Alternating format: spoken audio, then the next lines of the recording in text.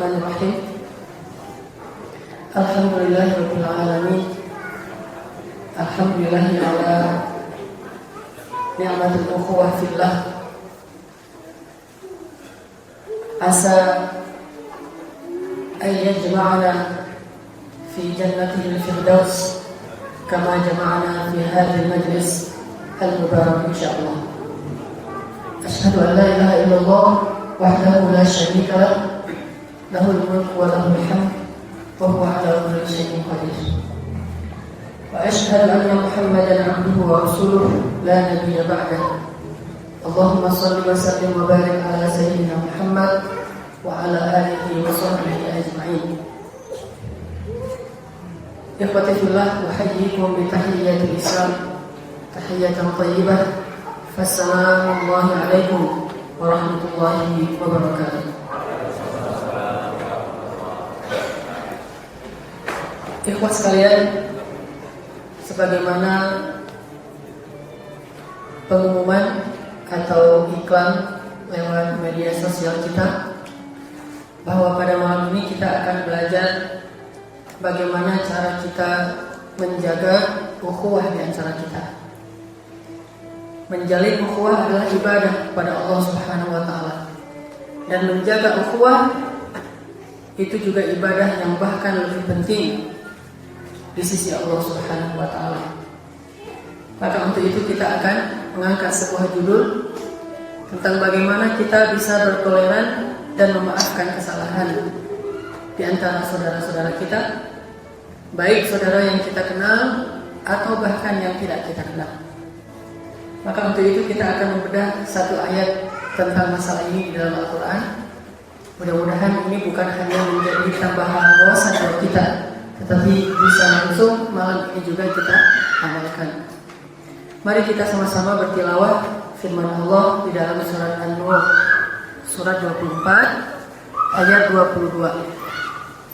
Silakan ikhwah sekalian membuka mushaf surat An-Nur surat 24 ayat 22.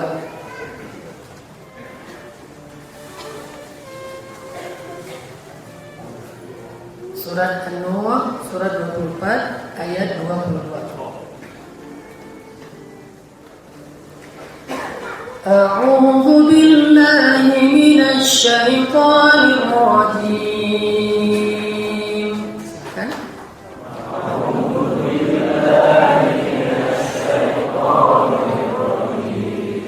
Bismillahirrahmanirrahim.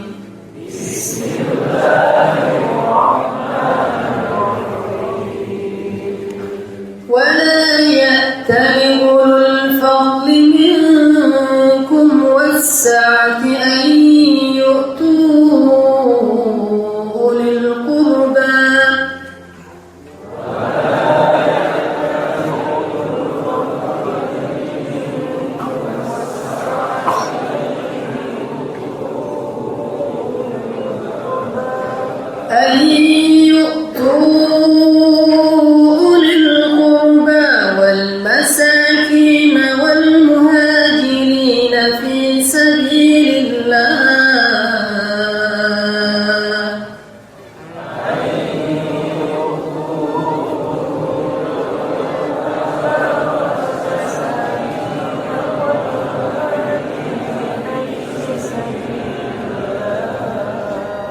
وَلْيَعْفُوا وَلْيَصْفَحُوا أَلَا تُحِبُّونَ أَن يَغْفِرَ اللَّهُ لَكُمْ وَاللَّهُ غَفُورٌ رَّحِيمٌ.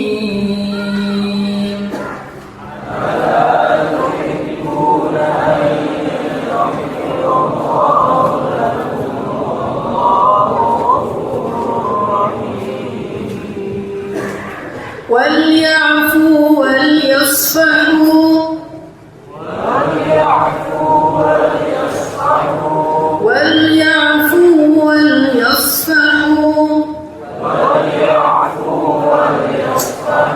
ألا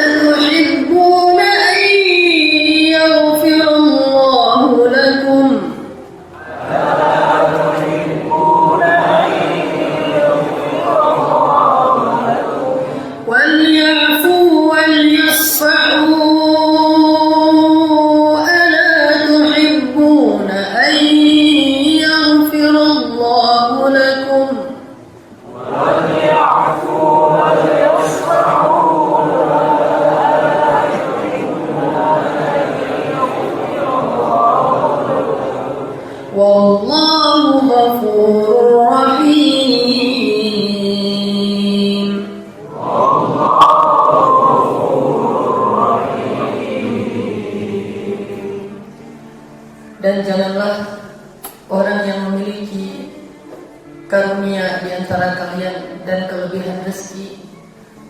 bersumpah bahwa ia tidak akan lagi memberikan bantuan kepada kerabatnya dan kepada orang-orang miskin dan orang-orang yang berhijrah di jalan Allah.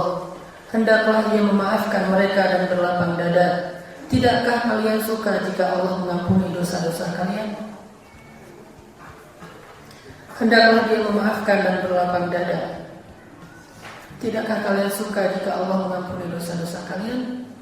Dan Allah Maha Pengampun lagi Maha Penyayang. Alhamdulillah, ikhwas sekalian, kalau kita hanya membaca terjemahan, saya kira mungkin pemahaman kita terhadap ayat ini masih agak dangkal. Karena memang sebagian besar dari ayat Al-Quran itu ada cerita di baliknya. Dan penting sekali bagi kita untuk tahu cerita itu agar menguntungkan pemahaman kita terhadap Al-Quran. Dan kalau kita ingin paham tentang ayat ini, coba kita flashback tentang sirah Rasulullah, hayatus sahabah, atau cerita-cerita yang melatar belakangi turunnya ayat ini. Dan kita kenal itu dengan istilah apa? Asbabun nuzul. Peristiwa-peristiwa yang melatar belakangi turunnya ayat Al-Quran. Ayat ini bercerita tentang seorang sahabat yang sangat dermawan, namanya Abu Bakar As-Siddiq.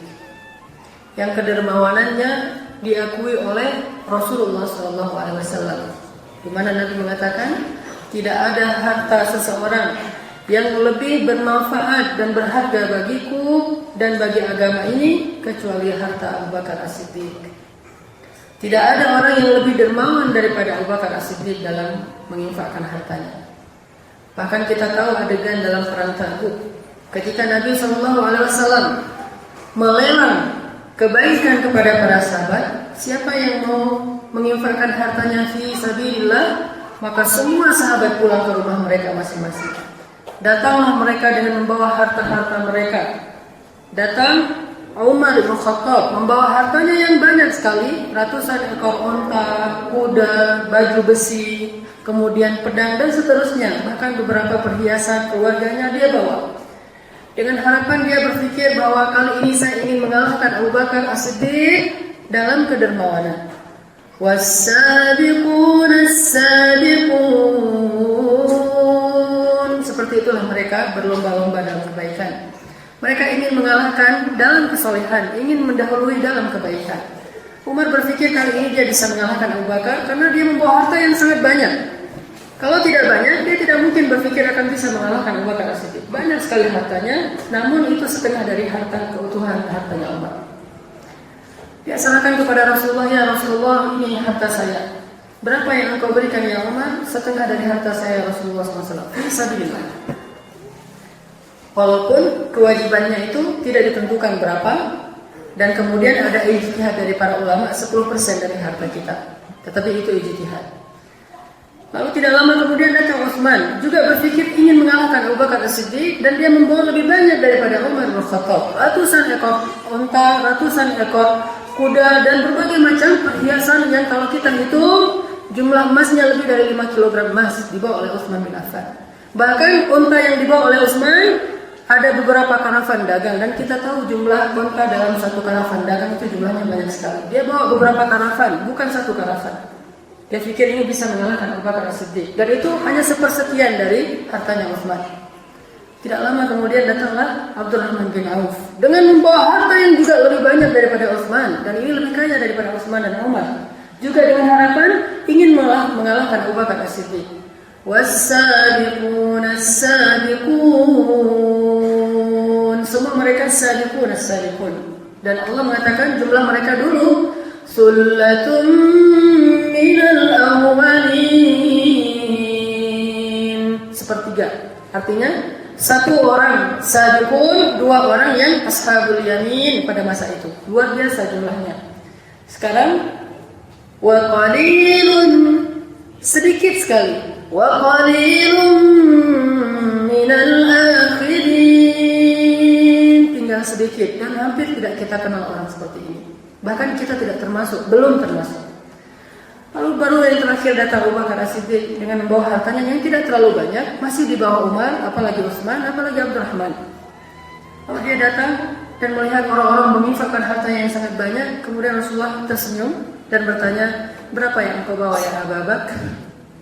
Abu Bakar mengatakan, saya bawa dan saya infakkan seluruh harta saya di jalan Allah. Seluruhnya, tidak ada sisa 1 dinar pun, 1 dirham pun, bahkan 1 genggam gandum pun tidak tersisa di rumahnya. Kalau tersisa tidak disebut seluruhnya. Seluruhnya, nggak ada sisa, bersih seperti orang pindahan rumah. Bersih hartanya, diberikan fi sabilillah. Kemudian Rasulullah bertanya untuk memberi pelajaran bagi yang lain. Lalu apa yang kau tinggalkan untuk keluargamu ya Abu Bakar? Apakah dia menjawab 1 kilogram beras? Apakah dia menjawab 1 ekor domba? Apakah dia menjawab 1 ekor unta? Atau yang lebih kecil darinya? Atau 1 dinar? Tidak. Abu Bakar ketika ditanya, apa yang kau tinggalkan untuk keluargamu ya Abu Bakar? Aku tinggalkan Allah dan Rasul. Orang semulia ini ternyata tidak lepas juga dari kekeliruan. Namanya manusia. Maka jangan berpikir manusia itu ada yang suci. Fala tuzakku anfusakum. Janganlah kalian menganggap diri kalian suci, bahkan lebih baik sekalipun. Karena orang-orang yang mulia adalah orang-orang yang walladzina yu'tuna ma ataw wa qulubuhum wakilah. Udah banyak memberikan harta fi sabilillah, sudah banyak beramal, wa qulubuhum wajilah, sedangkan hatinya masih dalam keadaan khawatir. Ya Allah, betapa lemahnya saya, betapa banyak kekurangan saya. Ini orang yang ulaika humul mu'minun. Mereka orang yang beriman. Ternyata di ayat 22 surat An-Nur Allah mengisahkan tentang sebuah kekeliruan yang dilakukan Abu Bakar As-Siddiq. Dan kekeliruan itu kemudian langsung ditutup dengan taubatan nasuha, dan kita harus belajar dari beliau. Belajar dari keutamaannya, keistimewaannya, bahkan dari kekeliruannya. Sebagaimana kita juga belajar dari sunnah Rasul yang mulia, bahkan dari kekeliruan-kekeliruan yang dilakukan Rasulullah SAW yang kemudian ditegur juga oleh Allah di dalam Al-Quran. Apa yang terjadi sehingga Allah turunkan ayat 22? Abu Bakar punya banyak keluarga, banyak sekali dari keluarga Abu Bakar itu yang selalu dibantu oleh Abu Bakar. Bukan hanya fi sabilillah, bahkan kepada zawil qurba. Bukankah orang yang dekat dengan kita itu punya hak atas harta-harta kita? Al-aqrab thumma al-aqrab, yang dekat kemudian yang lebih dekat, dan seterusnya. Abu Bakar punya banyak sekali dari keluarga besarnya yang selalu dibantu sejak mereka masih muda. Ada seorang di antara keluarga Abu Bakar, mungkin sepupu, mungkin ponakan, Allahu a'lam, yang selama ini sering dapat bantuan dari Abu Bakar As-Siddiq. Kalau dia butuh apa-apa, datang ke rumah Abu Bakar. Ada masalah, datang kepada rumah Abu Bakar. Ketika dia mau bekerja, modalnya dari Abu Bakar As-Siddiq. Dia mau menikah, maharnya dari Abu Bakar As-Siddiq. Ketika dia dalam keadaan lapar, Abu Bakar yang memberinya makan. Nafkah luar biasa diberikan oleh Abu Bakar. Tapi orang tersebut suatu saat setelah dia berhijrah ke Madinah dan dia digolongkan di antara muhajirin as-sabiqun al-awwalun, tapi suatu saat dia ikut menyebarkan fitnah terhadap Aisyah radhiyallahu anha dan Safwan bin Mu'attal, dan Aisyah anaknya Abu Bakar As-Siddiq. Kalau laki-laki itu adalah ponakannya Abu Bakar, berarti dia sepupunya Aisyah. Kalau itu adalah sepupunya Abu Bakar, berarti dia pamannya Aisyah. Yang jelas dia keluarga dekatnya Aisyah. Dia termasuk orang yang ikut menyebarkan fitnah bahwa Aisyah telah selingkuh dengan Safwan bin Mu'attal wal-'iyadzu billah. Dan fitnah ini pernah menggoyahkan keutuhan ukhuwah di antara kaum muslimin pada saat itu. Aisyah difitnah. Seorang perempuan yang sangat mulia, bahkan Allah mengutus Jibril, malaikat yang paling mulia di antara semua malaikat, untuk melamar Aisyah untuk Rasulullah SAW. Mana ada perempuan yang dilamar oleh malaikat untuk seorang laki-laki kecuali Aisyah. Khadijah salihah dapat salam dari Allah. Aisyah salihah, dia dilamar oleh Allah melalui malaikat Jibril untuk dinikahkan dengan Rasulullah. Bayangkan kalau yang datang untuk melamar seorang perempuan, perwakilan dari laki-laki yang itu orang tokoh yang sangat terkenal. Katakanlah misalnya Mang Kiki mau menikah, yang datang melamar ke akhwat itu Ustaz Arifin Ilham. Itu gimana kira-kira? Mang Kiki? Amin ya. Yang datang Ustaz Arifin Ilham. Bukan nelfon, bukan apa, datang langsung kepada akhwat. Bilang, "Ukti, saya punya seorang sahabat dekat namanya Kiki Briges. Orangnya ganteng, manis, terus pemberani, ya orangnya ikhlas, mudah-mudahan amin ya. Saya rekomendasi ini, mau saya nikahkan dengan ukti kalau ukti setuju. Itu gimana tuh perasaannya? Ditambah lagi membawa sebuah hadiah. Hadiahnya apa? Kain sutra. Kain sutra yang berasal dari surga, bukan dari dunia, bukan yang dijual di pasar baru, dari surga. Jibril datang memberitahu tentang siapa Aisyah. Ini nggak mungkin orang yang wajahnya terlihat di kain sutra yang dari surga kemudian dimasukkan ke dalam api neraka. Nggak mungkin, mustahil. Logika seperti apa yang dipakai untuk menobatkan Aisyah sebagai ahli neraka? Nauzubillah min dzalik. Jibril turun membentangkan kain sutra itu di hadapan Rasulullah dan mengatakan, ini istrimu di dunia dan di akhirat. Istrimu di dunia dan di akhirat. Rasulullah melihat wajah yang luar biasa. Wajah tidak ada perempuan yang lebih cantik dari Aisyah pada saat itu, bahkan mungkin sepanjang masa. Kalau laki-laki terkenal dengan Yusuf, kalau perempuan terkenal dengan Aisyahnya. Akhirnya dilamar Aisyah dan menikah dengan Rasulullah. Orang sesolehah ini dibilang selingkuh dengan Safwan. Dan tahukah wa ma adraka man Safwan? Tahukah kalian siapa itu Safwan? Laki-laki jomblo yang sangat solih. Sahabat jomblo solih. Mudah-mudahan kita menjadi Safwan di era 2015. Jomblo dan soleh. Itu luar biasa, difitnah. Sehingga akhirnya sampai saking fitnah itu luar biasa, membuat Rasul sendiri hampir percaya dengan berita tersebut. Dan sudah bersiap-siap mau menceraikan Aisyah. Bayangkan saking dahsyatnya fitnah. Fitnah itu enggak, walaupun salah istilah fitnah itu lebih kejam dari membunuh, itu enggak, bukan itu maksudnya. Fitnah di ayat itu artinya kemusyrikan. Kemusyrikan lebih berbahaya daripada peperangan. Maka perangilah orang musyrik kalau mereka menghalangi kita. Tapi enggak salah juga secara makna bahwa fitnah itu dosa besar. Bahkan bisa membuat seseorang terbunuh karenanya. Dan bahkan bisa membuat suami menceraikan istrinya karena fitnah dari luar. Aisyah difitnah. Dan tahukah kita bagaimana perasaan seorang mukmin ketika Aisyah difitnah? Seperti perasaan seorang anak ketika ibunya difitnah. Karena Aisyah adalah ibu kita, bukan Kartini. Kartini adalah pahlawan kita, dan Kartini adalah ibu saya, karena ibu saya namanya Kartini. Kalau saya boleh mengatakan ibu saya Kartini, memang ibu saya Kartini. Tapi kita kayaknya agak-agak ini mengatakan ibu saya Kartini, tapi ibu kita Khadijah, Aisyah, Ummu Salamah dan seterusnya, para ummahatul mukminin. Apa perasaan antum ketika ibu antum dituduh berselingkuh, ibu antum disebut ahli neraka, ibu antum dituduh pengkhianat dan seterusnya? Apakah kita tidak pantas untuk marah? Yang tidak marah berarti dia tidak mencintai Aisyah. Tetapi kemarahan kita tetap beradab dan berakhlak karena kita mencintai Aisyah yang mengajarkan kita tentang akhlak yang mulia, pemalu, mulia, yang sangat orang yang sangat pemaaf, Aisyah radhiyallahu anha. Ketika Rasulullah hampir saja menceraikan Aisyah, Rasulullah untuk terakhir kalinya meminta pendapat dari beberapa orang sahabat. Apa pendapatmu ya Utsman? Saya tidak tahu ya Rasulullah. Apa pendapatmu ya Talha? Saya tidak tahu ya Rasulullah. Apa pendapatmu ya Zubair? Saya tidak tahu ya Rasulullah. Apa pendapatmu ya Ali? Ya Rasulullah, mungkin ada yang lebih baik. Allah alam, saya tidak tahu ya Rasulullah. Dan seterusnya, sahabat yang senior nggak berani komentar sama sekali, termasuk Ali, termasuk Talha. 10 sahabat yang dijamin surga kecuali Umar dan kecuali Abu Bakar sendiri yang ayahnya Aisyah. Bahkan Abu Bakar tidak berani mengatakan, oh anak saya masih bersih. Nggak berani karena nggak punya bukti. Dan fitnahnya luar biasa. Ketika manusia tidak ada yang bisa membela Aisyah radhiyallahu anha yang mulia, Allah turunkan ayat dari langit untuk membela Aisyah.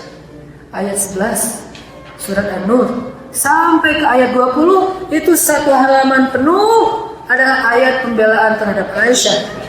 Siapa yang berani menghujat Aisyah yang telah dibela dari langit ke-7? Yang Allah sendiri menurunkan ayat bahwa berita itu haditsul ifki, berita bohong, itu enggak benar. Aisyah adalah perempuan yang salihah, yang masih suci, yang tidak melakukan dosa apapun dengan Safwan, dan Safwan juga laki-laki yang salih. Allah membela kedua orang ini sebagaimana Allah pernah membela Maryam dalam kisahnya di zaman Nabi Isa alaihissalam. Salihahnya Aisyah. Lalu ketika ayat 11 sampai ayat 20 turun pembelaan terhadap Aisyah, Abu Bakar bersyukur. Kemudian Rasulullah ketika turun ayat ini berlari, bahkan nggak sempat memakai sendal. Saking bahagianya Rasulullah dengan ayat ini. Ketika turun ayat ini Rasulullah langsung lari ke rumah Abu Bakar untuk menemui Aisyah. Dan Aisyah punya hak untuk ngambek. Sehingga ketika Nabi masuk ke rumah Abu Bakar bertanya, ada apa ya Rasulullah, telah turun ayat pembelaan terhadap anakku ya Abu Bakar, Aisyah. Kemudian Rasulullah membacakan ayatnya, Abu Bakar menangis, lalu memanggil, ya Aisyah, datanglah kepada Rasulullah. Sesungguhnya telah turun ayat pembelaan terhadapmu. Apa kata Aisyah? Tidak, saya hanya akan datang kepada Allah yang telah membela saya. Aisyah tidak mau menemui Rasulullah.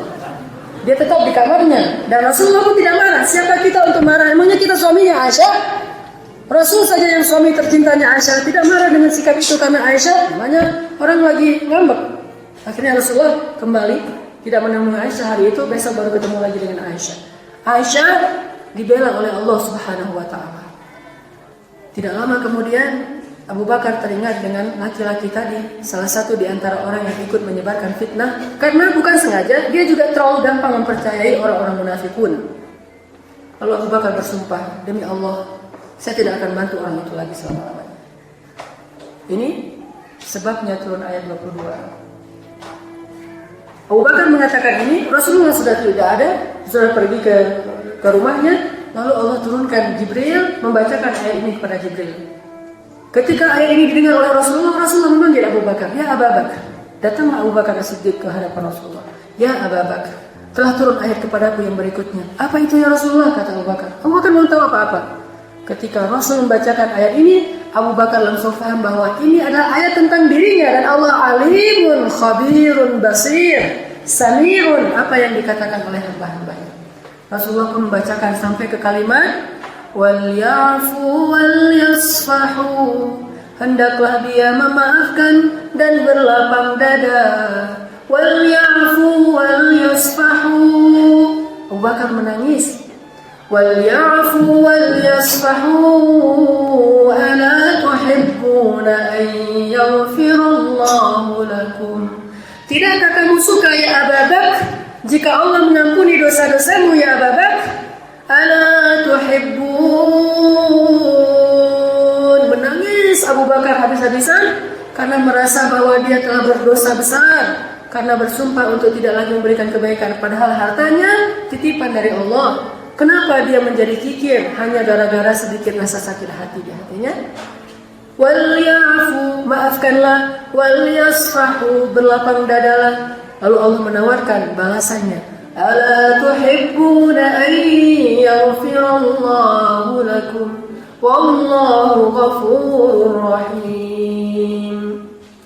Kalau ada pertanyaan Allah di dalam Al-Quran, ada dua jawabannya.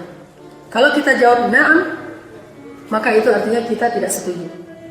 Walaupun arti na'am itu ya. Kalau kita jawab bala, berarti kita setuju. Misalnya mengatakan ala tuhibbuna ayyghfirallahu lakum? Na'am ya Rabbi. Itu artinya enggak, memang saya enggak setuju, enggak suka diampuni dosa saya. Itu jawabannya na'am. Ini kaidah bahasa Arab.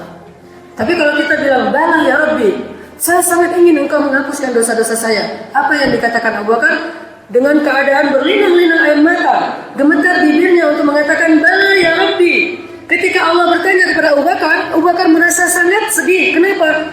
Allah sampai bertanya, maukah kamu diampunkan dosanya? Ini pukulan telak bagi seorang Abu Bakar As-Siddiq. Bukankah ampunan dosa itu dibutuhkan oleh setiap hamba sehingga Allah tidak perlu bertanya? Ketika Allah bertanya, maukah engkau diampunkan dosa-dosamu ya Abu Bakar? Ini memalukan sekali bagi Abu Bakar. Betapa malunya Abu Bakar kepada Allah sehingga Abu Bakar tidak kuat untuk berdiri. Dia duduk, tak kuat duduk, dia sujud menangis. Dia mengatakan bala ya Rabb, bala ya Rabb, saya suka sekali jika engkau mengampuni dosa saya ya Allah. Wallahu ghafurur rahim. Langsung dia salami Rasulullah, dia pulang, dia ambil harta-hartanya yang lebih banyak, dia infakkan kepada orang yang tadi telah dia sumpahi.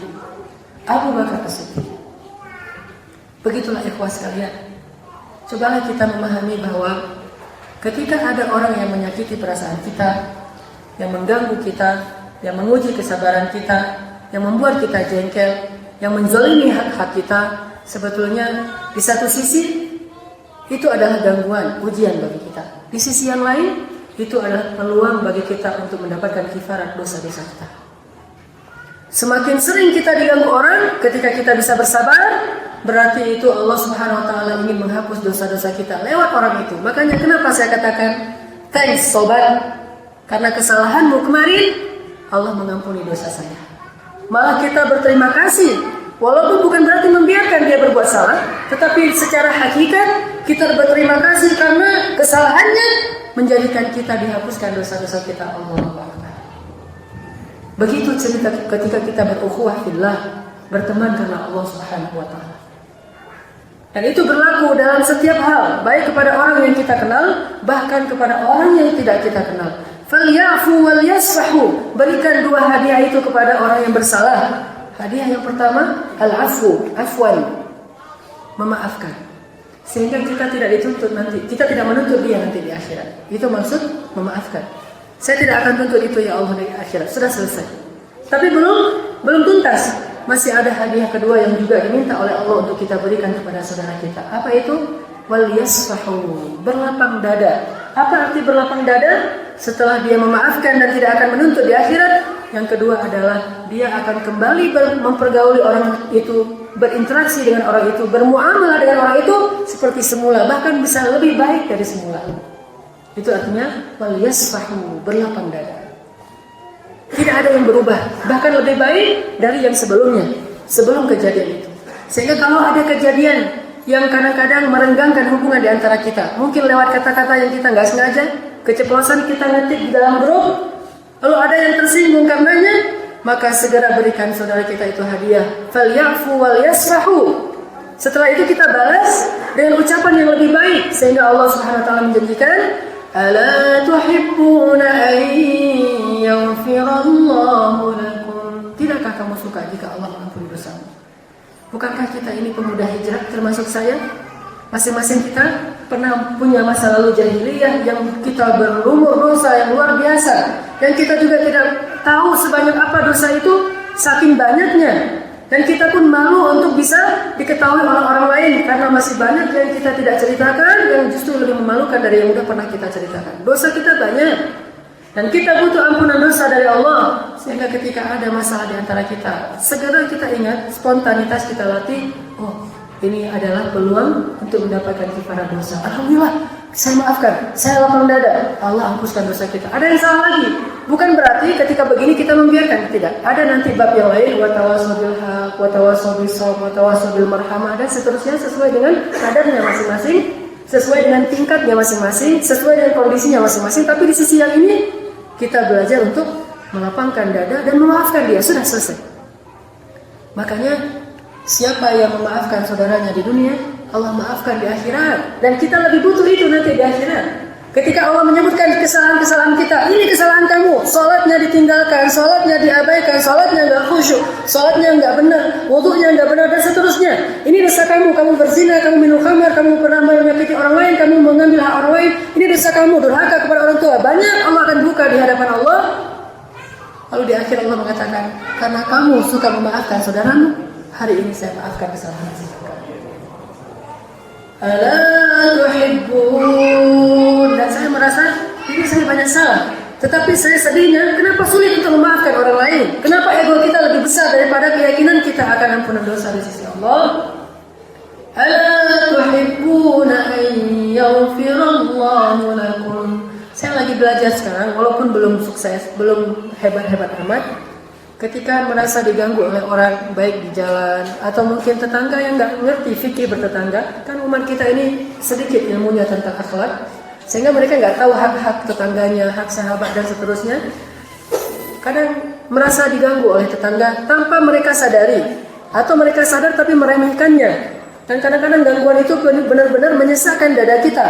Di saat yang sama saya langsung belajar, ya Allah, oh ini ampunan dosa darimu yang engkau hadiahkan kepada saya lewat tetangga saya.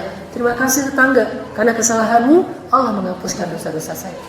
Sehingga kita, bukan berarti kita biarkan. Katakanlah misalnya ada tetangga yang buang sampahnya di depan rumah kita, ramai, sehingga bau lah, sehingga lalat masuk ke rumah kita, banyak nyamuk dan seterusnya.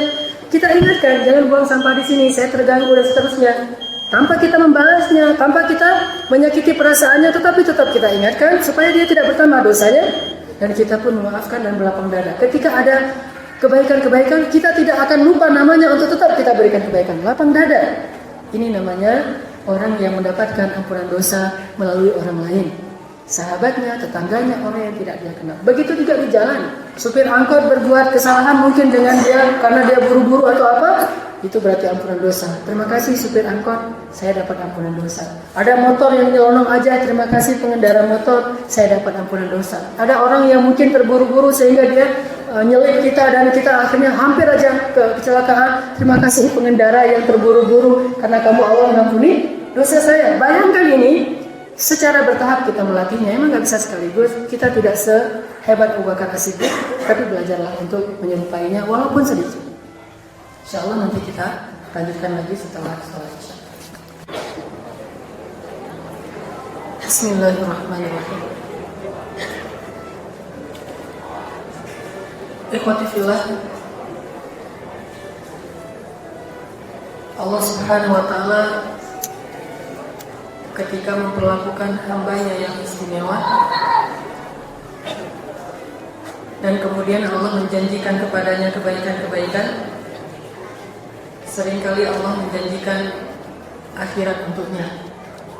Karena di sisi Allah, akhirat itu lebih utama daripada dunia. Ini menunjukkan keistimewaan Abu Bakar As-Siddiq. Betapa ketika dia dalam keadaan marah besar, dalam keadaan sakit hati, sampai dia bersumpah tidak akan membantu orang itu lagi, seketika itu juga marahnya menjadi reda, sakit hatinya menjadi hilang, dadanya menjadi lapang, hanya karena satu tawaran Allah Subhanahu wa ta'ala yang baginya jauh lebih berharga dari semua ego pribadinya. Dan tawaran itu adalah akhirat.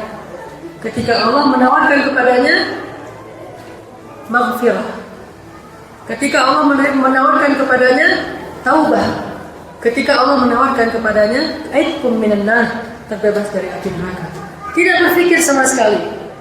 Senangnya Abu Bakar dan terharunya Abu Bakar ketika ditawarkan maghfirah oleh Allah mungkin mirip dengan ekspresi orang yang sering kadang-kadang ketika kita lihat di media, ada orang yang dikerjai marah gitu. Ada acara-acara yang sengaja ngerjain orang. Kalau di zaman dulu yang suka ngerjain orang itu orang Yahudi. Walaupun saya nggak bilang ini acara Yahudi, hanya dulu perangai yang suka ngerjain orang itu adalah perangai Yahudi.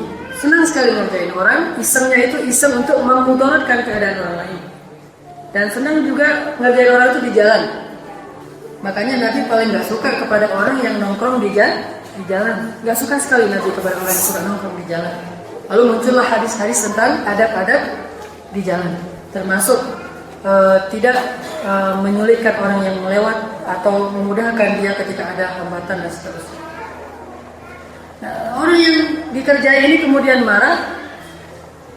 Setelah dia marah, dalam keadaan dia hampir meledak, kemudian diganti dengan sebuah tawaran bahwa dia sudah masuk TV, atau diganti dengan bahwa dia karena dikerjai akhirnya dapat uang 100.000, 200.000 atau hadiah apapun, atau minimal bersalaman dengan artis. Seketika itu juga marahnya menjadi sukacita. Dia langsung senang, dia langsung teriak, dia langsung histeris, dia terharu, bahkan kalau perlu dia menangis karena senang. Ini kalau kita melihat segala kebaikan itu dari sudut pandang duniawi. Bagi seorang Abu Bakar, tidak ada tawaran yang lebih baik daripada tawaran akhirat. Karena mereka yakin bahwa akhirat itu lebih dahsyat daripada dunia.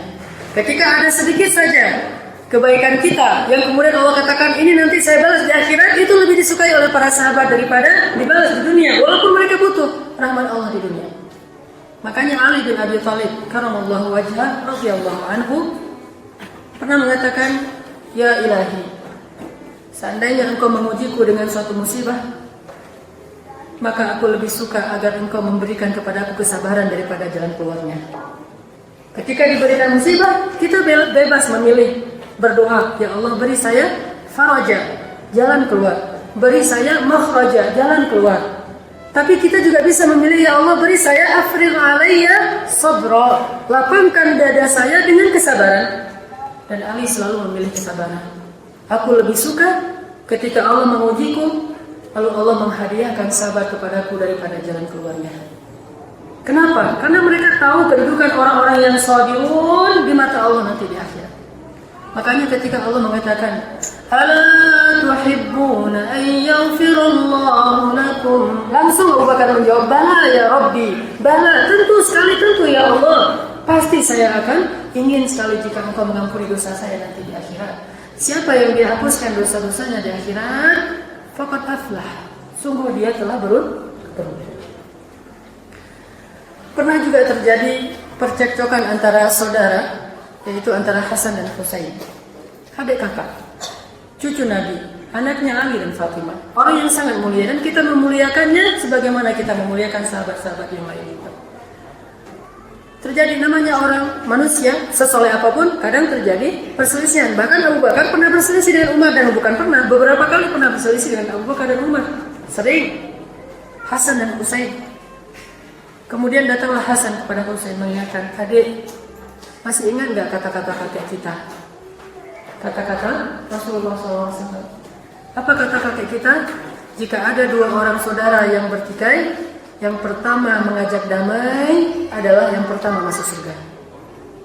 Siapa yang pertama mengajak islah, damai, baik meminta maaf atau memberi maaf, tergantung siapa yang salah. Atau kalau dia nggak ngerti siapa yang salah, pokoknya damai aja. Maka yang pertama mengajak damai, dia yang pertama masuk surga." Langsung keduanya berpelukan, menangis, dan sudah nggak ingat lagi dengan masalah mereka. Kenapa? Karena surga itu lebih mereka rindukan daripada mempertahankan ego mereka. Ngapain mempertahankan ego kalau kita kehilangan kesempatan masuk surga? Ini bukan sebuah bandingan yang pas. Masa ego kita ambil lalu surga kita buang? Naudzubillah min dzalik.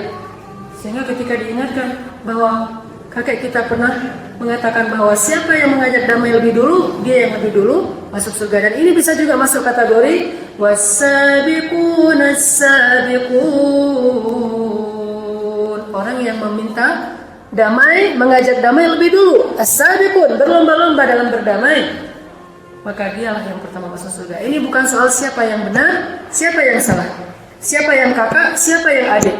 Siapa yang tua, siapa yang muda. Siapa yang gengsi dan siapa yang tidak. Ini soal siapa yang lebih dulu ingin masuk surga, bukan siapa yang salah dan siapa yang benar. Kalau kita salah, maka kita meminta maaf, kita lebih dulu masuk surga. Kalau kita merasa benar, kita dulu memberi maaf, kita lebih dulu masuk surga. Ini soal siapa yang ingin. Ulaikal muqarrabun. Dan itu akan sering terjadi dalam hidup kita. Suami istri, kadang yang salah suaminya, istri segera memaafkan suaminya, istrinya lebih dulu masuk surga dari suaminya. Yakinlah itu. Nanti ketika mereka sama-sama demikian, dilihat mana yang lebih sering. Maka kalau kita ingin menilai di antara kita di sini, siapa yang akan lebih dulu masuk surga? Bukan belum tentu saya karena saya imam, karena saya dia duduk di atas kursi, belum tentu. Walaupun itu harapan saya, tetapi kita bisa menilai ketika ada masalah di antara kita, siapa yang pertama datang untuk mengajak damai, dialah yang pertama masuk surga. Pada saat itu dia yang akan disebut yang pertama masuk surga. Nanti ada masalah lagi, kita adu-aduan aja nih, fastabiqul khairat, berlomba, kita berkompetisi untuk mengumpulkan sebanyak mungkin track record bahwa kita yang pertama mengajak damai. Sehingga nanti di akhir hayat baru Allah akan mengumpulkan semua catatan itu, lalu dilihat siapa yang paling sering mengajak damai ketika ada permasalahan di antara mereka. Itulah orang yang sabiqun. Maka yang sabiqun fid dunya, mereka juga yang sabiqun fil akhirah. Makanya disebut dua kali sabiqun. Was-sabiqun as-sabiqun. Artinya was-sabiqun fid dunya fahumus sabiquna fil akhirah. Siapa yang berlomba-lomba dalam kebaikan di dunia, dia juga yang lebih dulu dan berlomba-lomba masuk ke dalam surga. As-sabiqun as-sabiqun. Sebagaimana juga di surat Al-Mu'minun. Sehingga Hasan dan Husain kembali damai. Terjadi juga percekcokan antara Aisyah dengan ponakannya Abdullah bin Zubair. Yang saya pernah cerita tentang sholatnya Abdullah bin Zubair. Abdullah mengatakan Aisyah itu boros dan seterusnya, dan Abdullah salah. Kemudian Aisyah bersumpah, saya tidak akan ngomong lagi dengan Abdullah selama-lamanya. Ini sumpah yang tidak dibolehkan dalam agama, tapi orang emosi. Akhirnya Abdullah datang ke tempat Aisyah, ini bibinya, dan dia boleh memeluknya karena bibinya sendiri mahram.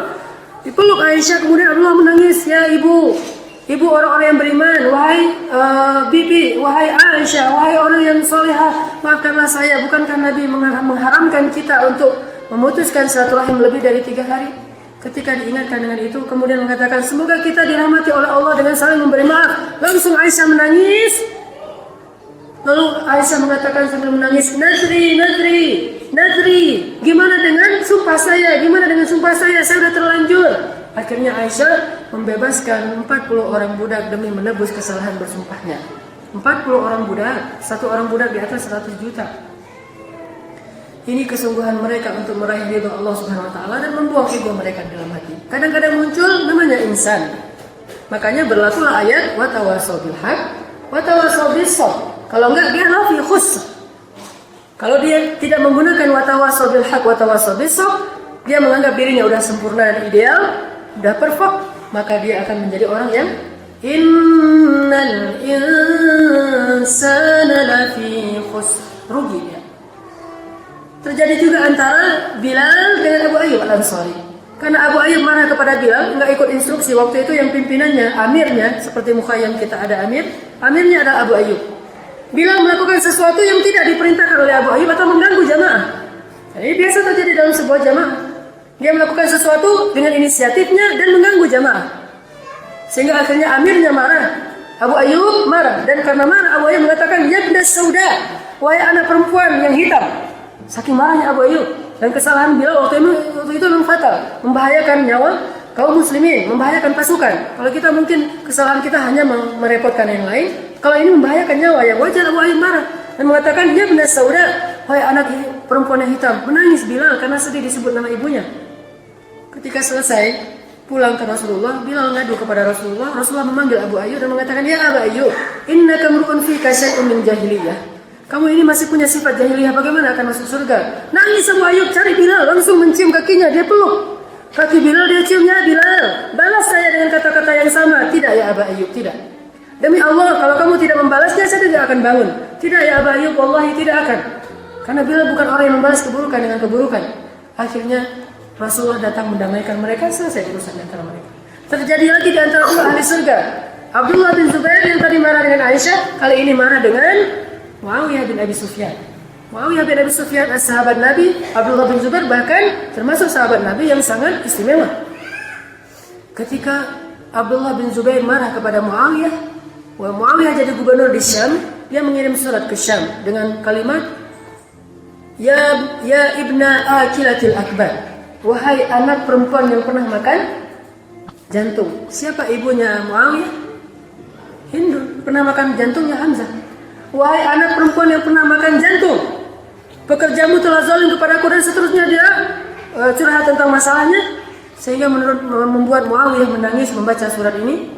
Tapi dalam keadaan kayak gitu, Muawiyah membalasnya. Apa balasan Muawiyah? Bismillahirrahmanirrahim. Assalamualaikum ya akhi, ya ibna hawarir rasul, ya ibna zatin nitaqain. Wahai anak pembela Rasul. Yang disebut dengan pembela Rasul, Zubair bin Awam, ayahnya Abdullah bin Zubair. Ini pujian. Wahai anak hawarir Rasul, wahai anak pembela Rasul, wahai anak zatin nitaqain, itu Asma, ibunya Abdullah, Asma binti Abi Bakar, yang menolong Rasulullah dalam perjalanan hijrah dengan membawa ikat pinggangnya. Kemudian dia dikenal dengan perempuan yang punya 2 ikat pinggang. Dan ini pujian juga, zatin nitaqain, wahai anak perempuan yang punya 2 ikat pinggang. Saya minta maaf, itu di luar kemampuan saya. Saya tidak tahu kalau pekerja saya menzalimimu. Maka saya hadiahkan kebun saya untukmu sebagai bentuk permintaan maaf saya. Abdullah bin Zubair membaca surat ini menangis, kemudian dia langsung pergi ke Syam dan memberikan kebunnya untuk Muawiyah beserta dengan hadiah Muawiyah dikembalikan kepada Muawiyah. Begitu mereka bermuamalah. Dan ini sesama ahli surga. Walaupun kita mendengar cerita tentang Muawiyah begini dan begitu, kata Nabi, iyyakum wa ashabi, hati-hati kalian dengan sahabatku. Gimana pun gak boleh kita bersuudzon dan mengatakan hal-hal yang tidak pantas tentang sahabat. Paling pahit yang bisa kita katakan, bacakan ayat tilka ummatun qad khalat laha ma kasabat wa lakum ma kasabatum wa la tus'aluna amma kanu ya'malun. Mereka udah lewat kisahnya, sejarah mereka sudah berlalu. Bagi mereka apa yang mereka lakukan, bagi kalian apa yang kalian lakukan. Dan kalian tidak dimintai pertanggungjawaban atas dosa yang mereka kerjakan. Paling pahit ini yang bisa kita lakukan agar kita tidak menuduh sahabat dengan tuduhan yang tidak baik.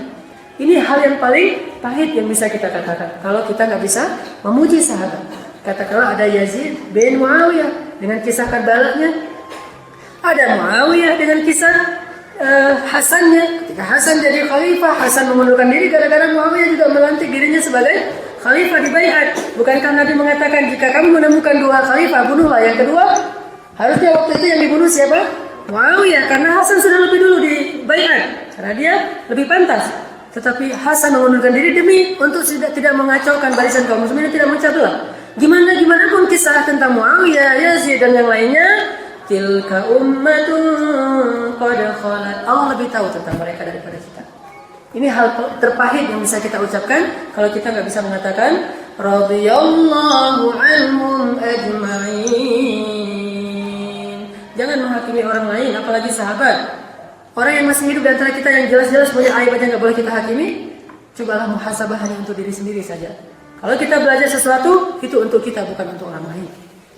Makanya ketika Allah menawarkan kepada kita akhirat, ini lebih baik daripada Allah menawarkan dunia. Ampunan dosa. Siapa yang tidak butuh itu di dalam kuburnya? Karena perjalanan akhirat jauh lebih sulit daripada perjalanan di dunia. Sehingga bekal yang kita butuhkan untuk perjalanan itu jauh lebih banyak daripada bekal yang kita butuhkan untuk hidup di dunia. Lama ya akhi, perjalanan di akhirat itu. Dan kita tahu itu, lama sekali. Dan lamanya itu ruhan wa jasadan, roh dan jasad, bukan mimpi.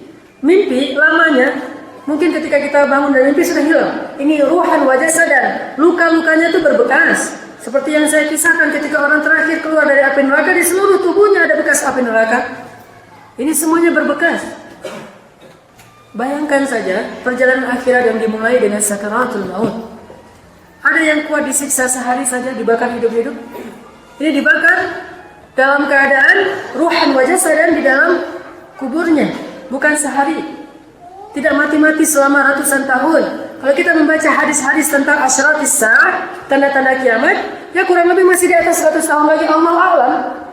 Imam Mahdi belum keluar, Nabi Isa belum turun, Dajjal belum keluar, Ya'juj Ma'juj apalagi, angin dari Yaman, dabbah dari negara Saudi, belum lagi nanti kejadian Al-Quran terhapus, Ka'bah dihancurkan, tidak ada orang mukmin satupun di muka bumi. Masih berlalu masa-masa orang kafir yang sangat jauh dari agama, tidak mengenal Allah sama sekali. Ini lebih dari 100 tahun, Allah a'lam, tetapi ini lebih dari 100 tahun. Bayangkan kalau kita meninggal sekarang, bahkan kita berada di dalam kubur menantinya kiamat, itu lebih lama daripada kita di atas bumi. Itu baru fase pertama yang paling pendek di antara fase-fase berikutnya. Lebih dari 100 tahun dalam kubur, di sebuah tempat yang gelap sendiri, imma diazab atau imam mendapatkan rahmat. Dan mudah-mudahan kita menjadi orang yang dirahmati. Amin. Makanya berlakulah hadis-hadis Nabi, irham man fil ard yarhamka man fis sama. Sayangilah orang yang ada di bumi, maka engkau disayangi dari yang langit. Man la yarham la yurham. Siapa yang tidak berkasih sayang, dia tidak dikasih sayangi oleh Allah Subhanahu wa taala. Ini tawaran Allah kepada kita. Siapa yang memudahkan urusan saudaranya di dunia, Allah mudahkan urusannya di akhirat. Siapa yang menutup aib saudaranya di dunia, Allah tutup aibnya di akhirat. Siapa yang memudahkan jalan orang lain ke surga, Allah mudahkan jalannya ke surga. Apa yang kita tunggu? Bukankah kita ingin masuk surga? Maka ajak orang lain sebanyak-banyak mungkin untuk datang ke taman-taman surga, yang mudah-mudahan ini menjadi salah satu taman surga nanti di akhirat. Maka siapa yang mengajak orang lain ke surga, nanti malaikat yang akan memanggilnya ke surga. Wahai hamba Allah, halumma ilayya, kesini wahai hamba Allah, ini jalan ke surga. Saya dipanggil ke surga. Sedangkan yang lain mengatakan, unzuruna naqtabis min nurikum, tunggu kami, kata yang lain di belakangnya. Apa kata malaikat? Keluar ke belakang kalian ambil cahaya dari tempat yang lain, tidak ada tempat bagi kalian di sini. Lalu dibuatlah tembok yang membatasi antara orang-orang ahli surga dengan ahli neraka, sehingga ahli neraka berteriak-teriak di belakang tembok, alam nakum ma'akum, bukankah kami dulu bersama kalian? Kata orang-orang ahli surga, "Naam, ya. Kalian dulu bersama kami, akan tetapi kalian telah membohongi diri kalian sendiri dengan mengikuti hawa nafsu kalian dan tertipu oleh syaitan yang suka menipu." Halummu ilayya, halummu ya Abdullah, kesini wahai hamba Allah. Kenapa kita dipanggil ke surga? Karena selama di dunia kita mengajak dan memanggil orang lain untuk masuk ke taman-taman surga. Makin banyak yang kita ajak, makin banyak penduduk surga yang memanggil kita. Halummu, halummu kesini. Ahlan wa sahlan, salaman, salaman. La yasma'una fiha lagwan wa la ta'thima illa qilan salaman, salama. Selamat, selamat. Bayangkan nama kita dikatakan, ya fulan, salaman, selamat, kamu adalah ahli surga. Tidak ada berita yang lebih menggembirakan kita pada hari itu. Siapa yang dapat ucapan ini? Orang yang ketika di dunia juga sering mengucapkan salaman, selamat. Ayo datang ke sini di dalam taman-taman surga. Kita butuh semua itu nanti di akhirat. Di kubur, menanti sangkakala pertama saja mungkin lebih dari 100 tahun. Sehingga orang-orang yang mendapatkan nikmat kubur, dia tidak terasa tiba-tiba dia mendengar suara sangkakala pertama. Sedangkan yang mendapatkan azab kubur, dia mengatakan, Ilahi, Rabbi, aqimis sa'ah, ya Allah, segerakan kiamat, segerakan kiamat. Kami udah gak tahan dengan azab kubur. Mereka pikir kiamat itu akan mengakhiri azab mereka, justru kiamat itu akan membawa mereka kepada azab yang lebih besar. Tapi mereka tidak menyadari, la yash'urun. Lalu setelah sekian ratus tahun, datanglah malaikat, idza waqa'atil waqi'ah. Datanglah malaikat, la uqsimu biyaumil qiyamah, idza zulzilatil ardu zilzalaha wa akhrajatil ardu athqalaha wa qala al insan. Manusia bingung, ada apa ini? Kenapa seperti ini? Wa qala al insanu ma laha yawma idzin tuhadditsu akhbaraha. Ini hari kiamat. Baru semuanya dihancurkan kecuali di akhirat, yaitu surga neraka. Dia tidak mengalami kiamat. Yang mengalami kiamat hanya dunia saja. Surga tidak merasakan gempa kiamat walaupun 1 skala Richter. Surga itu tempat yang sakinatun waqar, tenang dan sangat kokoh. Kiamat hanya terjadi di sini, di dunia. Hancur, maka kita menunggu dibangkitkan. Berapa lama? Lebih dari 50.000 tahun. Sudah adakah padang mahsyar sekarang? Belum ada. Surga neraka sudah ada, padang mahsyar belum ada. Kenapa? Allah berfirman di akhir surat Ibrahim, Yauma tubaddalul ardu ghairal ardi was samawat. Ketika Allah mengganti bumi yang lama sekarang dengan bumi yang baru, yaitu ardul mahsyar, pada mahsyar. Allah hancurkan semuanya, lalu Allah kumpulkan kembali menjadi bumi yang baru, yang lebih besar. Sebesar apa? Yang menampung jumlah malaikat, jin dan manusia. Tahukah kita berapa besarnya jin? Bahkan jin ada yang ukuran kepalanya saja bisa menutupi cahaya matahari. Dan itu dikumpulkan jumlah yang sangat banyak. Yang jin itu jumlahnya jauh lebih banyak daripada manusia. Dikumpulkan di ardul mahsyar. Mahsyar earth. Earth itu dari bahasa Arab, earth. Kemudian jadi bahasa Inggris, earth. Dan kita menyebutnya padang mahsyar. Al-Quran menyebutnya ardul mahsyar. Mahsyar earth. Ini bumi mahsyar yang lebih besar, lebih luas. Dan kata Nabi, tidak ada gunungnya, tidak ada lembahnya, datar semuanya. Berapa lama butuh waktu untuk mengumpulkan kembali elemen-elemen ini sehingga menjadi bumi mahsyar dan matahari yang lebih besar dengan jarak yang lebih dekat? Lebih dari 50 hari. 6 hari, 1 hari 50.000 tahun kali 6. Selama itulah orang diazab di dalam kubur. Atau selama itulah orang menunggu di dalam kuburnya, alam barzakhnya. Setelah 50.000 tahun lebih, terkumpullah ardul mahsyar dan matahari yang baru, maka Allah menurunkan air hujan selama 1 tahun tidak pernah berhenti. Turun air hujan, kata Allah, dari airlah kami ciptakan segala kehidupan. Maka dikumpulkanlah tulang belulang manusia di dalam ardul mahsyar seperti Allah mengumpulkannya di dalam rahim seorang ibu. Dikumpulkan kembali, bahkan itu lebih mudah daripada penciptaan yang pertama. Itu disebut penciptaan yang kedua. Setelah dikumpulkan semua manusia sudah utuh lagi, bahkan tidak dikhitan. Semua yang pernah dikhitan dikembalikan sampai seutuh-utuhnya. Rambutnya sepanjang-panjangnya, semua yang pernah dia cukur dikembalikan. Setelah sempurna, datang lagi malaikat kedua. Yauma yad'ud da'i ila syai'in nukur. Datanglah malaikat da'i, malaikat penyeru, meniupkan sangkakala kedua. Seketika itu juga manusia bangkit dari kuburnya dalam keadaan telanjang dan tidak dihitan. Bahkan kalau kita dikuburkan satu kuburan dengan pasangan kita, ketika bangkit kita tidak akan melihat dan menoleh sekalipun kepada pasangan kita. Saking nukur, saking mengagetkannya hari itu. Yauma yafirrul mar'u min akhihi. Hari ketika seorang lari dari saudaranya, wa ummi wa abi, dari ibunya dan ayahnya, wa sahibatihi wa bani, dari istrinya dan anaknya, likulli imri'in minhum yawma idzin sya'nun yughni. Semua sibuk dengan dirinya sendiri-sendiri. Aisyah bertanya ketika membaca ayat ini, "Ya Rasulullah, bagaimana keadaan kita hari itu?" Kata Rasulullah, "Arian, telanjang ya Aisyah." Kata Aisyah, "Aduh, betapa memalukan hari itu." "Ya Aisyah, bagaimana kamu mengatakan memalukan sementara tidak ada yang peduli dengan orang lain? Kita dikuburkan, kita membeli lahan untuk pekuburan keluarga. Ya, kita melihatnya di dunia itu kuburan keluarga. Ketika dibangkitkan, kita tidak akan mengenal orang di sebelah kita. Ini belum hari yang saling mengenal. Nanti di pada masa kita akan kenal. Di mana dari malaikat itu memanggil kita? Malaikat itu memanggil kita mimakanin qarib, dari sebuah tempat yang dekat. Apa itu tempat yang dekat? Kata ulama tafsir, yaitu Palestina.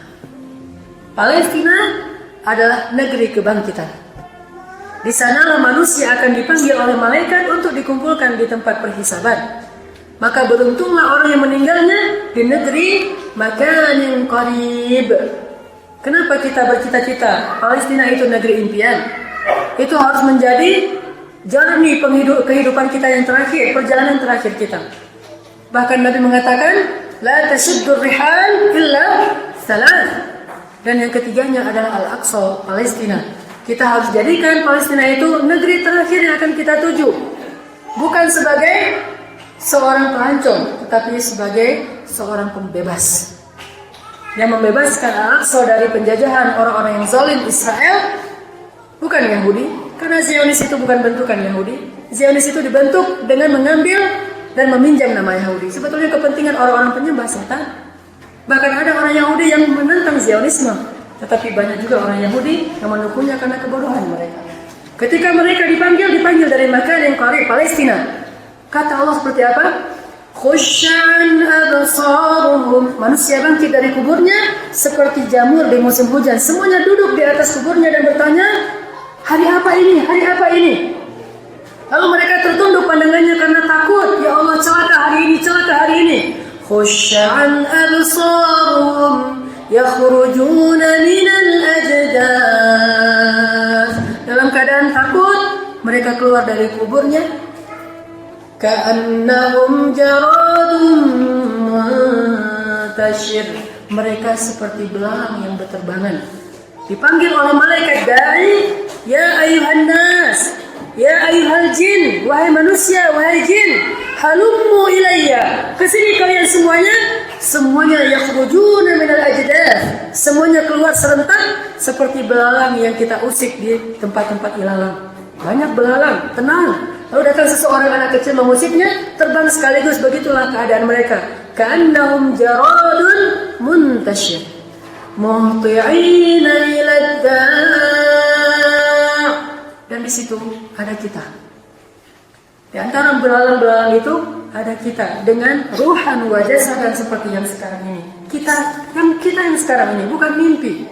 Dan nama kita dipanggil dengan nama yang ada sekarang di dunia. Muhti'ina ilad da'. Semuanya berkumpul di sekeliling malaikat itu. Lalu saat itu berkata orang-orang kafir, wa yaqulul kafiruna hadza yawmun 'asir. Aduhai, ini hari yang sangat melelahkan. Ini akan jadi hari yang sangat berat. Sama seperti ketika kita kemarin datang ke Ciwidey dalam keadaan hujan deras. Dan mungkin sebagian kita tidak membawa jas hujan, mungkin sebagian kita tidak membawa perlengkapan yang cukup, dan kita berkata di dalam hati kita masing-masing, ini akan menjadi hari yang sangat berat. Padahal ini hanya ujian kecil. Bagaimana dengan ujian di padang mahsyar yang perjalanannya beribu-ribu tahun, tapi kita nggak punya bekal karena kita selalu mengabaikan tawaran-tawaran Allah. Allah mengatakan, ya ayyuhalladzina amanu hal adullukum ala tijaratin tunjikum min adzabin alim. Enggak mau ya Allah. Hayya 'alal falah. Tidak mau ya Allah. Ala tuhibbuna an yaghfirallahu lakum. Tidak mau ya Allah. Kita abaikan semua tawaran Allah. Hari itu akan berkata, hadza yaumun 'asir. Aduhai celaka. Ya Allah, kembalikan kami ke dunia. Tidak bisa kembali ke dunia. Lalu perjalanan akhirat di padang mahsyar pun dimulai. Kita melihat teman kita ada yang dipanggil, kemudian diletakkan di atas mimbar cahaya. Lalu kita melihat teman kita yang lain ada yang dikumpulkan di bawah naungan Allah, karena dia ahli masjid. Bukankah ada 7 golongan yang dikumpulkan di bawah naungan Allah yang tidak akan kepanasan? Saya, wahai malaikat, saya, kamu tidak. Kemudian diusir. Pergi kamu dari sini. Jangan dekat-dekat dengan kami. Lalu kita mendekat lagi, diusir lagi oleh malaikat, ditarik kaki kita. Nauzubillah min dzalik. Kita melihat sahabat kita. Alam nakum ma'akum, saya saudara kamu, saya sahabat kamu. Ya, tetapi kamu telah membohongi diri kamu sendiri. Waktu itu kita sudah mulai mengenal satu persatu di antara orang-orang yang ada di situ. Mengenal orang yang dulunya kita kenal di dunia. Tadi kita tidak saling kenal. Ada adegan yang nanti kita akan saling kenal, bahkan bisa saling menolong atau justru bisa saling mencelakai. Ada yang dipanggil oleh Allah ke sini, ke atas mimbar-mimbar cahaya, dipakaikan mahkota. Siapa mereka? Ya hamilal Quran, qad khassakar Rahman. Ini para hamilal Quran, para pembawa Al-Quran. Ada yang dikhususkan dalam golongan-golongan yang muqarrabun. Siapa mereka? Orang yang menghabiskan sebagian besar malamnya untuk menangis karena takut kepada Allah. Dan berbagai macam kejadian pada mahsyar. Tapi tahukah kita, ada orang yang kita cari-cari, di mana mereka? Di mana mereka? Kok tidak ada di mahsyar? Kita tanya kepada mereka, tidak ada di mahsyar. Di mana mereka? Mereka adalah orang yang masuk surga tanpa hisab. Mereka tidak ada di mahsyar. Ketika kita dalam keadaan gaduh di padang mahsyar, kita cari seorang di antara ribuan orang yang kita kenal. Satu orang mungkin, karena ini jumlahnya sangat sedikit. Di mana fulan? Di mana fulan? Dia sudah di surga. Ribuan tahun lebih duluan masuk surga daripada yang lainnya. Kenapa? Dia orang yang masuk surga min ghairi hisab wala azab. Tidak dihisab, tidak diazab. Langsung masuk surga. Lalu berjalanlah orang menuju Allah. Ada yang dihisab dalam sebuah ruangan yang tertutup. Tutupnya adalah cahaya-cahaya. Dipanggil fulan bin fulan, dipanggil oleh malaikat. Masuk dia ke dalam ruangan itu. Allah membukakan semua aibnya sampai dia mau bunuh diri lagi karena dia malu. Lalu Allah mengatakan, tenang wahai hamba-Ku, tidak ada yang tahu aib ini. Ya Allah, aib sebanyak ini tidak ada yang tahu. Bukankah manusia itu banyak? Apakah mereka tidak melihat saya? Aku tutupi aibmu karena dulu di dunia kamu menutupi aib saudaramu. Makanya kata Nabi, ada hisab yang sifatnya tertutup karena orang yang suka menutup aib saudaranya di dunia. Terus sampai akhirnya satu persatu mulai ujian terakhir, melewati sirat. Tahukah kita sepanjang apa sirat? Sirat itu membentang dari padang mahsyar sampai ke surga. Tahukah jarak antara dunia ke surga? Lebih jauh daripada jarak antara bumi dengan planet-planet yang lain, bahkan dengan galaksi yang lain. Dan kita tahu jarak itu dengan ditempuh cahaya saja begitu lamanya. Sirat itu panjang sekali, yang menghubungkan pada mahsyar kepada surga, dan di tengah-tengahnya ada neraka jahanam. Ada yang melalui pada sirat itu para anbiya, melaluinya kalbar seperti cahaya yang buruk. Burukun cepat sekali, yang naik ke langit seperti Nabi naik ke langit itu dalam waktu sekejap mata saja sudah melewati sirat. Sampai di sana para nabi berdiri dan memanggil umatnya, kesini kalian. Ketika umatnya berjalan tertati-tati, Nabi itu akan mengatakan, Allahumma sallim sallim, Allahumma sallim sallim, ya Allah selamatkan dia, selamatkan dia. Ada yang di belakangnya melewati sirat seperti rihin sarsar, seperti angin yang kencang. Ada yang melewati sirat seperti rakib, seperti orang yang mengendarai kuda. Ada yang melewati sirat seperti masyi, orang yang berjalan. Dan yang paling parah, ada yang melintasi sirat itu seperti orang yang merangkak. Lalu dia ditarik oleh kail-kail neraka jahanam. Dan ini perjalanan yang cukup panjang. Kita butuh syafaat, pertolongan, ampunan dosa, dan seterusnya. Makanya Abu Bakar mengatakan, bala, tentu ya Allah, butuh sekali. Padahal Abu Bakar ini termasuk salah satu yang dijamin surga. Lalu siapa kita untuk tidak butuh ampunan Allah sehingga tidak mau memberikan maaf kepada saudara kita?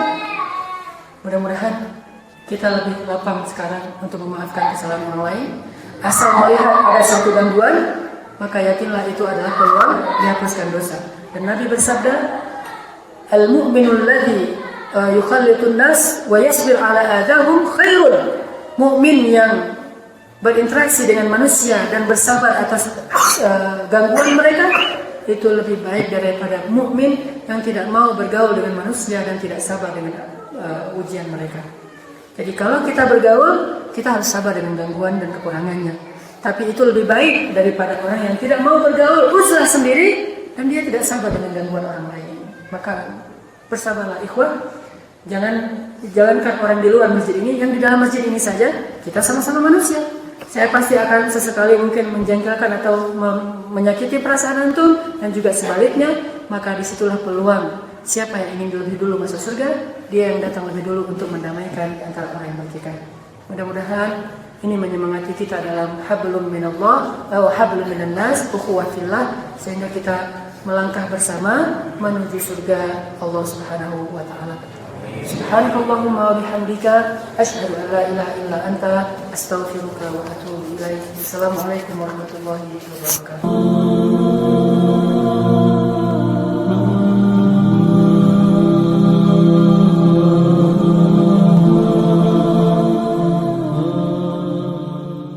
Orang gak bakalan kecewa kalau bersandar kepada Allah. Itu gak bakalan.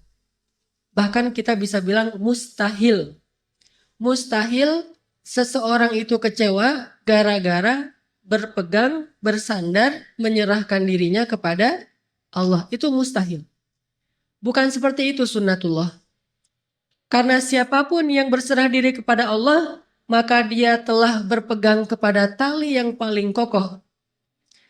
وَمَنْ يُسْلِمْ وَجْهَهُ إِلَى اللَّهِ وَمَنْ يُسْلِمْ وَجْهَهُ إِلَى اللَّهِ وَهُوَ مُحْسِنٌ فَقَدِ اسْتَمْسَكَ بِالْعُرْوَةِ الْوُثْقَى وَإِلَى اللَّهِ عَاقِبَةُ الْأُمُورِ. Siapa yang menyerahkan dirinya kepada Allah dan dia senantiasa berbuat baik, maka sesungguhnya dia telah berpegang kepada tali yang paling kokoh dan kepada Allah segala urusan dikembalikan. Jadi nggak ada orang yang kecewa kalau dia berpegang kepada Allah. Masalah apapun, masalah rezeki, masalah jodoh, terutama yang kedua. Kalau kita bergantung kepada Allah dalam urusan jodoh, maka insya Allah kita nggak akan kecewa. Mak comblang yang paling baik itu adalah Allah. Kalau mak comblangnya Ustadz, kadang-kadang ngecewain. Ustadz, ini CV saya. Oh ya, kriteria yang kamu cari seperti apa? Saya emang gak susah-susah Ustadz, standar-standar aja. Ya standar yang gimana? Yang tingginya 180, yang kulitnya bening, sampai kalau minum kelihatan airnya ngalir, transparan. Kemudian yang hidungnya seperti pedang, yang matanya seperti bidadari. Tahu mata bidadari? Besar dan sayu, tapi nggak gelok. Nah ini kriterianya. Terus kata Ustadz, kalau yang kayak gitu Ustadz juga mau gitu ya. Akhirnya pas ketemu Ustadznya duluan yang ta'arufan. Ini kalau mak comblangnya manusia. Tapi kalau mak comblangnya Allah jauh lebih meyakinkan dan gak bakalan kecewa. Dengan kriteria apapun, wahuwa ala kulli syai'in qadir. Dan kalau Allah menjanjikan yang baik akan ketemu dengan baik, pasti innahu la yukhliful mi'ad. Allah tidak pernah mengingkari janjinya. Masalah apapun kita harus mengandalkan Allah. Coba deh, selalu ngandelin Allah. Bahasa gampangnya gini, udah tenang aja, ada Allah. Itu. Dan kalau kita sudah melibatkan Allah, la yudayya'akallahu idzan. Itu pasti, Allah gak bakalan ngecewain kamu. Kalau udah ngandelin Allah, ini gimana nih? Udah, tenang aja, ada Allah. Allah tidak akan mengecewakan. Salah satu kalimat, udah tenang aja, ada Allah, adalah la tahzan. Innallaha ma'ana. Kalau kita ada teman lagi galau gitu, terus kita bilang, la tahzan, innallaha ma'ana. Kalau bahasa kita, woles bro, tenang aja, ada Allah. Santai bro, Karena ada Allah. Itu bahasa Arabnya la tahzan innallaha ma'ana. Andalin Allah dalam masalah kita. Ada masalah apapun, serahin aja sama Allah. Bismillah, la haula wala quwata illa billah. Bahkan kadang-kadang hanya dengan berzikir la haula wala quwata illa billah, Allah kasih keajaiban yang luar biasa. Karena setelah seseorang bersandar kepada Allah, la yudayya'anallahu idzan. Pasti Allah nggak akan ngecewain. Pasti Allah nggak akan ngecewain.